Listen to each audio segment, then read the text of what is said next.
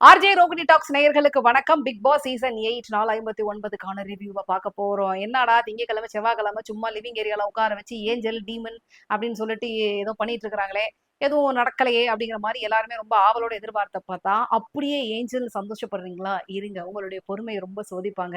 டெவில்னு வந்து நீங்க உங்களை எல்லாம் இது பண்ணிட்டாங்கன்னு நினைக்கிறீங்களா? இருங்க, ஒரிஜினல் டெவிலுக்கான ரோலை வந்து உங்களுக்கு கொடுக்குறேன் அப்படின்னு சொல்லிட்டு புதன்கிழமை எதுவுமா சந்தோஷமா காலையில லைவ்ல பார்த்தேன்.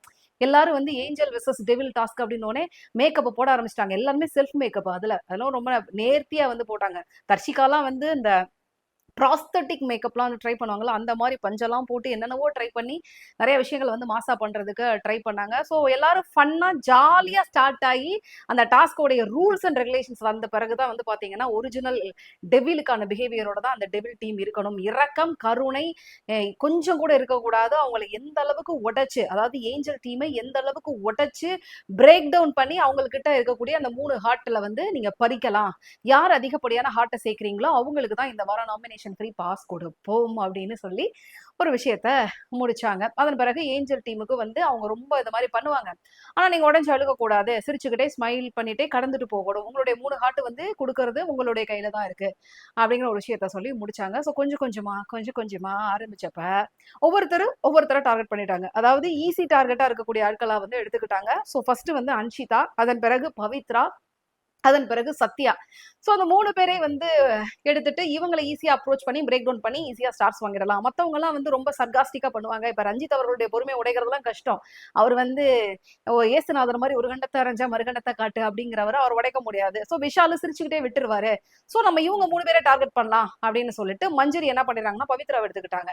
அதே மாதிரி அன்ஷிதாவை வந்து எல்லாரும் சேர்ந்து சில விஷயங்கள் அட்டாக் பண்ணதுக்கு பிறகு ஒரு கட்டத்திற்கு மேல பொறுக்க முடியவில்லை எரிமலை எப்படி பொறுக்கும் அப்படிங்கிற மாதிரி பொறிஞ்சு ஒரு மாதிரி பிரேக் அவுட் ஆகி, அது ஆக்சுவலா சொல்லணும் அப்படின்னா அவங்க ஓப்பனிங்லேயே வந்து ரொம்ப பிரேக் டவுன் ஆகி ஸ்டார்ஸ் எல்லாம் வந்து அந்த ஹார்ட் இருக்குல்ல அது எல்லாத்தையும் கழட்டி போட்டாங்க. பட் அது அந்த இதுல இருந்து அப்படியே வெளியில வந்துட்டு இதுக்கப்புறம் நான் கேம்ல இல்லைன்னு சொல்லிட்டு ஓரமா போய் உட்காந்துக்கலாம். அதாவது 3 ஹார்ட்டையும் கொடுத்ததுக்கு பிறகு அவங்க கேம்லேயே கிடையாது. அப்போ ஓரமா போய் உட்காரலாம். பட் எதுக்கு வந்து அவ்வளவு தூரம் வந்து அழுது சில விஷயங்கள் பண்ணாங்க அப்படிங்கறத ஒரு கேள்வி. ஏன் அன்ஷிதாவுடைய சத்தம் இன்னைக்கு அதிகமா இருந்தது அப்படிங்கிற கேள்விக்கு ஒரு பெரிய காரணம் இருக்கு. என்னன்னா 3 ஹார்ட்டினையும் கொடுத்தாச்சு, கேம்ல இல்ல.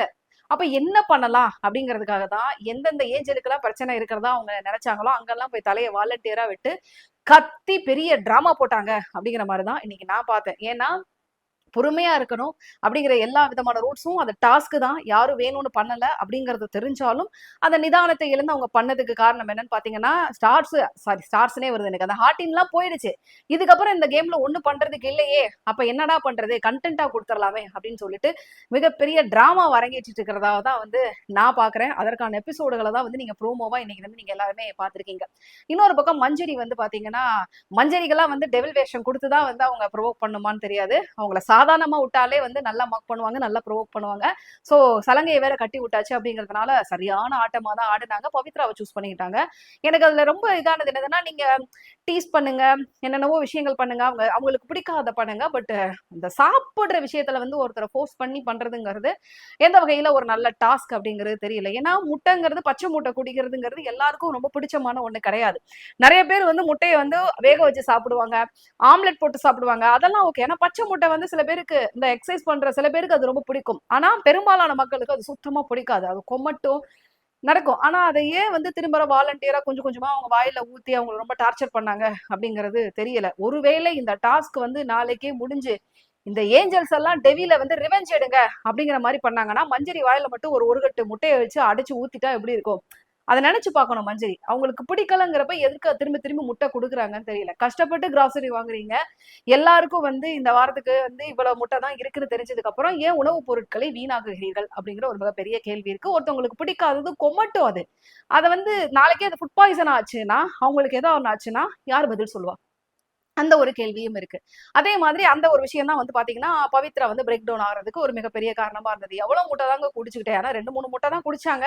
ஆனா அதுவே கொஞ்சம் கொஞ்சமா அந்த ஸ்லோ பாய்சனை ஊத்துற மாதிரி கொஞ்சம் கொஞ்சமா வாயிலே வச்சுக்கணும், அதை முழுங்க கூடாது, நடுவில் ஒரு ஸ்பூனை வைப்போம், அந்த மாதிரி ரொம்ப டார்ச்சர் பண்ணதுனால அவங்களும் வந்து ஒரு பக்கம் உடஞ்சிட்டாங்க. அதே மாதிரி இன்னொரு பக்கம் வந்து பாத்துட்டீங்கன்னா டீம் வந்து ஜெஃப்ரி அட்டாக் பண்ண ஆரம்பிச்சிட்டாங்க. முத்துக்குமரன் டீம் எல்லாம் வந்து ஜெஃப்ரி அட்டாக் பண்ணி அவரை வந்து அதிகப்படியா நிக்க வைக்கிறதுக்கான டாஸ்க் பண்ணோடனே அவரால் கால் வலி தாங்க முடியல. ஏன்னா போன வாரம் வாரம் தான் வந்து பாத்தீங்கன்னா இந்த பால் பிட்டுக்குள்ள வந்து ரொம்ப ஸ்பீடா அதிகப்படியான ஸ்பீடை வந்து யூஸ் பண்ணி ஓடி ஓடி வந்து அதுலயே கொஞ்சம் லைட்டா வந்து டயர்டா தான் இருக்கிறாரு. அதுக்கு முந்தின வாரம் தான் வந்து பாத்தீங்கன்னா அந்த 120 தோப்பு கரணமா போட்டு அதுல கொஞ்சம் முட்டி வந்து லைட்டா ஷேக் ஆகி இருந்தது. சோ தொடர்ந்து பிசிக்கலான டாஸ்க் வந்து அதிகப்படியா செய்யறதுனால கால் ரொம்ப வலியில இருக்கிறாரு. அதனால அவரை பிசிக்கலான தாக்குதல் வந்து எந்த விதத்துல நியாயம் அப்படிங்கறது எனக்கு தெரியல. அவர் வந்து கால் வலிக்குதுன்னு எல்லாருக்குமே தெரியும் ஹவுஸ்ல இருக்கிறவங்க. ஆனா அது எனக்கு தெரியாது அப்படின்னு சொல்லிட்டு அதை பண்றதுங்கிறது ரொம்ப ரொம்ப அபத்தமா தான் தெரிஞ்சது. சோ ஒரு கட்டத்துக்கு மேல ரொம்ப ஒரு மாதிரி ஆயிட்டு போங்கடா நீங்களும் இதுவும் அப்படின்னு சொல்லிட்டு ட்ரெஸ் எல்லாம் ஏஞ்சல் கழட்டி போட்டுட்டு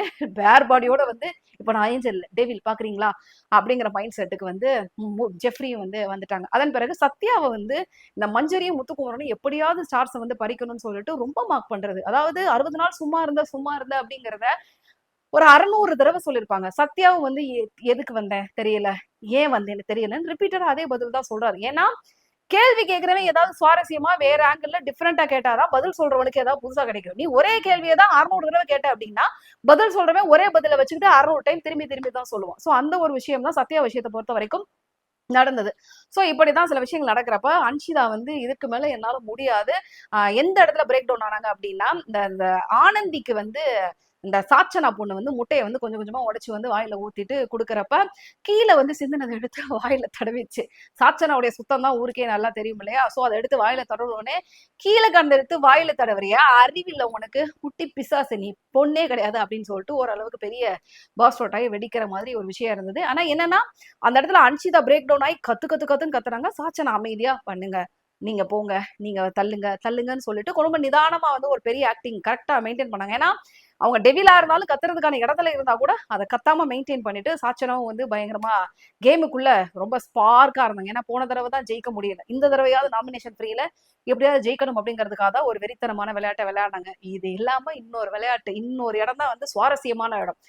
அன்ஷிதா ஹார்டின் எல்லாம் போச்சு. இதுக்கப்புறம் என்ன பண்றதுன்னு தெரியாம கண்டென்ட்டுக்காக இறங்கி அடிக்க ஆரம்பிச்சிட்டாங்க. சரிங்களா? இந்த ஜாக்லினும் சௌந்தர்யாவும் வந்து எதற்கு வந்து குறுக்க மறுக்க குண்டக்க மண்டக்க ஓடிட்டு இருக்காங்க அப்படிங்கிற ஒரு கேள்வி வந்தப்பதான் ஜெஃப்ரியுடைய கால் வலியை 2 பேராலையும் தாங்க முடியல. 2 பேரும் ரொம்ப க்ளோஸ் ஃப்ரெண்ட்ஸ் இல்லையா? அதனால அவங்களால தாங்க முடியாதனால ஜெஃப்ரி கால் வலின்னு உள்ள வந்து அழுகிறப்பவே வந்து 2 பேரும் ரொம்ப பயங்கரமா வந்து அழுதுட்டாங்க. ஆல்ரெடி அவங்க 2 பேரும் பெருசா அந்த கேம்ல வந்து இன்வால்வ்மெண்ட் பண்ணாங்களா அப்படின்னா கிடையாது. ஏன்னா ஒரு பக்கம் ஃபுல் ஸ்விங்ல முத்துக்குமரன், மஞ்சரி, தர்ஷிகா, சாச்சனா 4 பேர் வந்து பாத்தீங்கன்னா வேற லெவல்ல பெர்ஃபார்ம் பண்ணி ஸ்டார்ஸ் எல்லாம் புடுங்க ஆரம்பிச்சிட்டாங்க. இவங்க 2 பேருக்கும் எந்த வகையில ட்ரை பண்ணாலும் அந்த ஹார்டின்ங்கிறது வரவே இல்லை.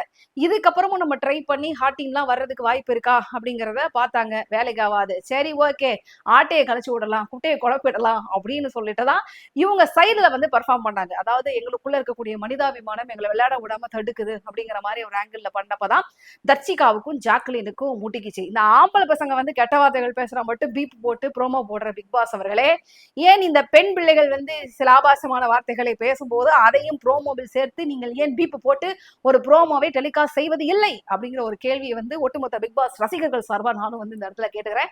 ஏன்னா பயங்கரமான வந்து வார்த்தைகள் எல்லாம் விட்டுட்டு தான் வந்து சொன்னாங்க. இது உன் இஷ்டத்துக்கு பண்றதுக்கு உங்க அப்பா வீடு இல்லை அப்படின்னு சொன்னோன்னே அப்பா பத்தி ஏன் பேசுற அப்படின்னு சொல்லிட்டு ஜாக்லின் வந்து அதை அப்படியே வந்து பண்ணாங்க. ஏன்னா அவங்க 2 பேருக்குமே வந்து பேசிக்கா வந்து அப்பா இல்லாத பசங்க இல்லையா?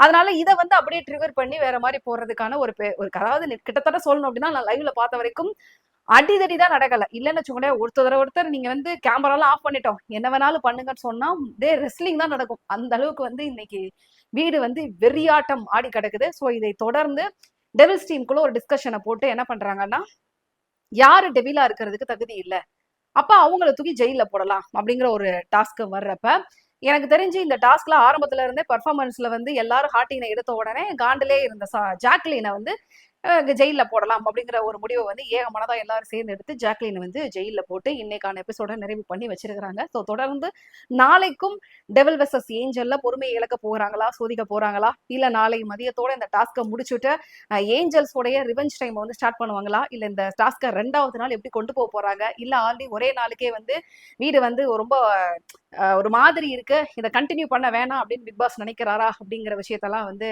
தேத்தி எடுத்துட்டு மீண்டும் உங்களை பிக் பாஸ் ரிவ்யூல நான் மீட் பண்றேன். ஸோ ஃபைனலா தெரிஞ்சுக்க வேண்டிய விஷயம் என்னன்னு பாத்தீங்கன்னா, ஹார்டினை இழந்ததுனால கண்டென்ட்டை கொடுப்பதற்காக அன்ஷிதா நடத்திய டிராமா, ஹார்டின் எதுவுமே கிடைக்கல அப்படிங்கிறதுக்காக நமக்கு கிடைக்கல சரி குட்டையை கிளப்பி விட்டுருவோம் அப்படிங்கிறதுக்காக ஜாக்லினும் சௌந்தர்யாவும் சேர்ந்து பண்ண டிராமா. இந்த 3 பேருடைய டிராமா தான் இன்னைக்கு வீட்டுல வந்து மிகப்பெரிய ஹைலைட்டா நடந்தது. ஸோ இவ்வளவுதான் விஷயம்.